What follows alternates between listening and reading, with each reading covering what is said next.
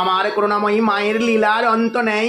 করুণাময়ী মা কখন যে কি লীলা করেন তা একমাত্র আমার করুণাময়ী মাই জানেন। তেমনই একটি সত্য ঘটনা হলো, একবার লেখক প্রমোদ কুমার তারাপীঠ মন্দিরে বামাক্ষেপার গৃহে উপস্থিত ছিলেন। সেই সময় এক দম্পতি এবং তাদের কোলে একটি ছোট্ট 1 বছরের রুগ্ন সন্তান এলেন বাবার সাথে দেখা করতে। খেপা বাবার কাছে এসে বাবাকে প্রণাম করলেন।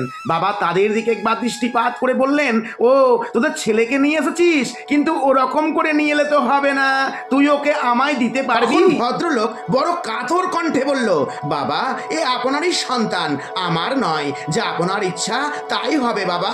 শুনে খেপা বাবা বললেন, আচ্ছা আচ্ছা বেশ তো বললি, এখন যা বললি তাই কর তো দেখি। ছেলেটির গা থেকে সব কাপড় খুলে নে, দিয়ে ওই শ্মশানের ভেতরে মাটিতে শুয়ে দিয়ে আয়। বাবার কথা শুনে ভদ্রলোকের স্ত্রী ফুপিয়ে ফুপিয়ে কেঁদে উঠলেন, কিন্তু ভদ্রলোক তার স্ত্রীকে বললেন, তোমার কান্না কেন? যার চরণে